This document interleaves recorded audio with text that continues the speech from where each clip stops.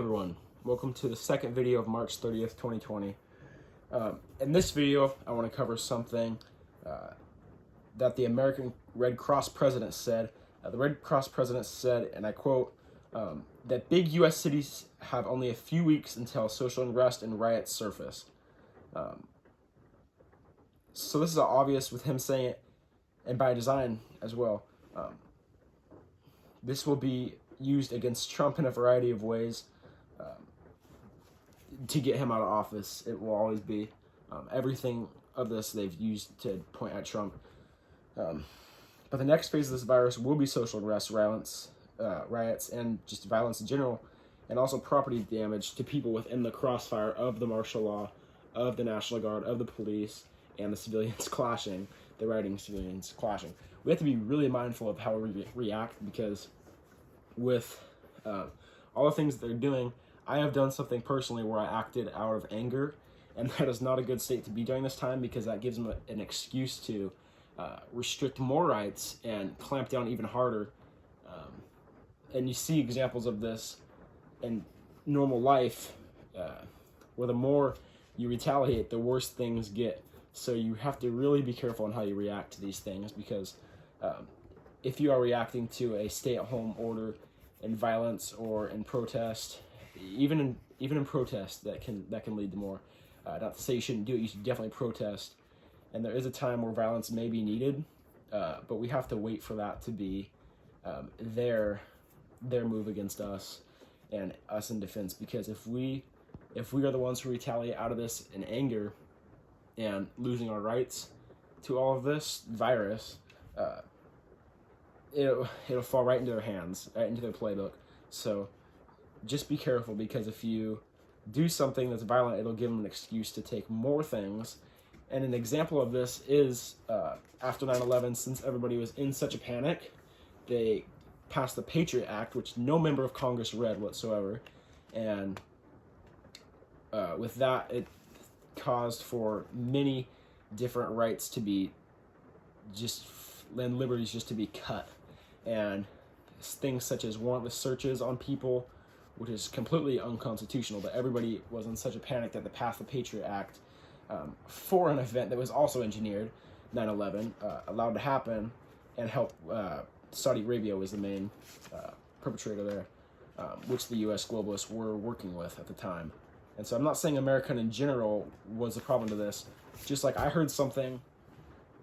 Sorry, everyone, we had an issue right there. I had to cut that feed. Not the feed, but the recording, because the camera fell off the tripod, so it's better now. So that's just going to be you notice that split in between there. I'll try to make it as good as I can. But where was I? I read something. Okay, this is just another example. I'm kind of getting off topic, but it's very important. So China said something. So people here in America, mainstream media, are pointing the blame towards China, which is a big problem. China's a very bad country, but working with certain Americans. So it's not just America or China. I'm talking about certain groups. America was saying the virus originated in Wuhan, which is where it did. And then a Chinese media outlet was saying it was created here in America.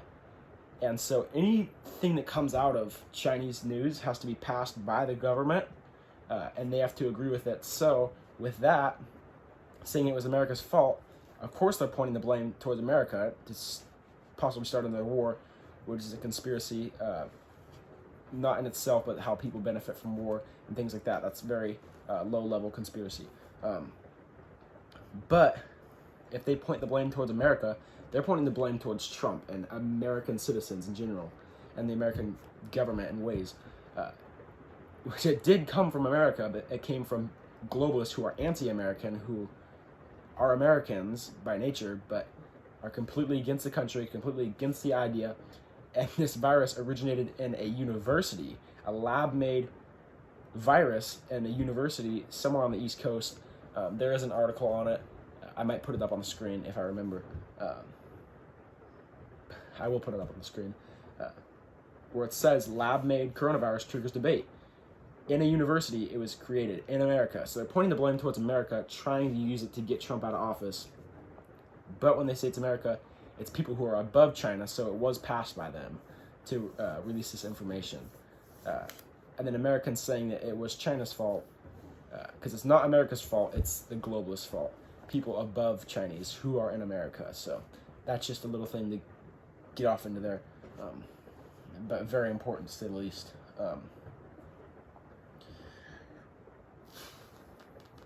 Okay. The Federation of Red Cross and Red Crescent Societies have warned that riots could be common and unavoidable in low-income neighborhoods, as wealth inequality has left households unprepared and without money to weather the economic downturn. Especially poor areas of cities and the country in general, because they do experience a lot of violence and trouble in those neighborhoods, because people do things just to survive because they're poor.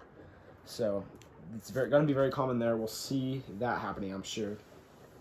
Majority of Americans were very unprepared for this. Most have small savings, large debts, among other things, and people without a job and income right now who worked in the service industry, and especially hospitality, which is cooking in restaurants, they're out of a job, so they might be emotionally motivated to go protest and riot, because with that, violence is human nature. We're so close to chimpanzees, so we have that tribal and violent us versus them type thing in our blood. So, but we need to stay away from that, because that'll give them an excuse to clamp down. So just be aware and be in a higher state of consciousness, and only do things if they happen to you first.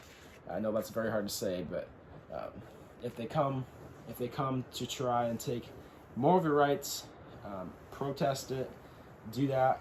I don't suggest using violence, because it'll only make things worse. If you absolutely have to and your life's in danger, do it. But other than that, I suggest not to, because it will only make things worse. As I mentioned in previous videos, Trump has deployed the National Guard across the country to help fight the virus, but may be used to turn into martial law or a possible gun grab. We've seen that happen during Katrina, so that could happen during this time, either in areas of big cities or all across the country, just like the whole world has been. So, National Guard has armored vehicles that have been spotted all over and are believed to be positioned to help maintain people during social unrest. So back in the late 90s, back in the Parliament, there was some Parliament protests, I believe, up in Canada. They had armored vehicles and things like that, pointing sound beams and stuff at people. Sound cannons is what they're called, so we could see those being used during this time as well. So I'm trying not to make this video too long. That's pretty much all I have to cover. I got into a few other things that I wasn't expecting to, but that's all for this one. Expect social unrest coming soon to big cities, and I'll see you guys tomorrow.